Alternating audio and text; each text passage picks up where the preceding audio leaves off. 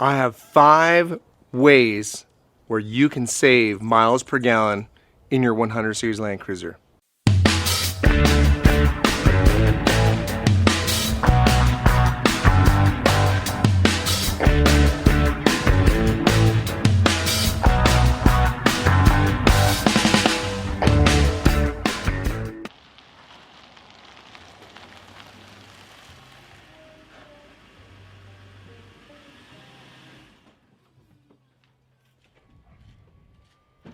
Hey, what's going on YouTube? John with LXPlore.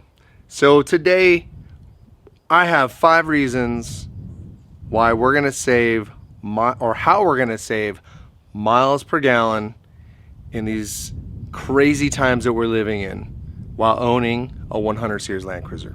So number 1. It's that little skinny pedal on the right side of your vehicle. The little pedal on the right hand side, that's the accelerator.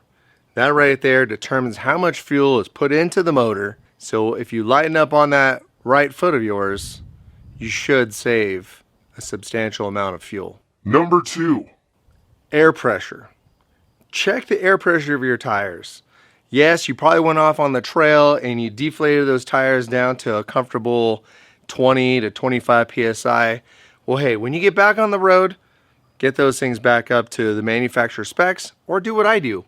I put about 40 to 44 PSI in my tires.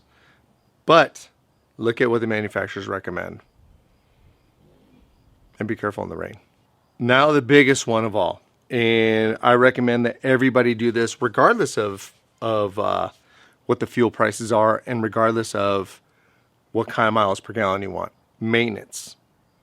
Change your spark plugs, change your ignition coils, change your air filter, change your fuel filter, and change your oil often. And if you really want to get crazy and you're comfortable about doing general mechanics, you can clean that little throttle body out too. That should help out with miles per gallon. Number 4. Lighten your load and remove all the stuff off the top of your roof rack if you have it. That is like putting a parachute in the back of your 100 series Land Cruiser. Is it necessary in these trying times? I like to be prepared.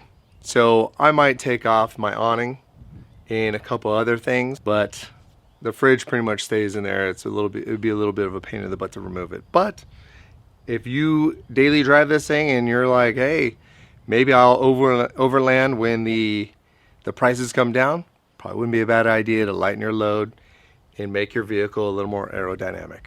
Number 5. Number 5. Number 5. I saved this one for last because in reality, who are we kidding? We own 100 series Land Cruisers.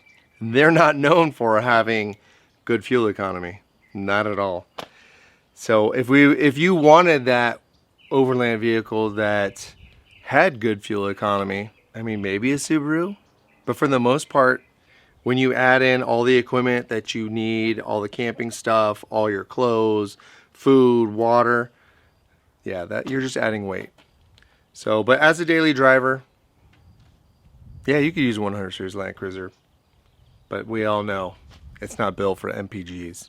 So hey, thanks for watching the video.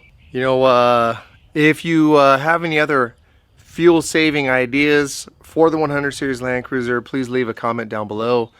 And until next time, I'll see you on the next one. Thanks again for watching.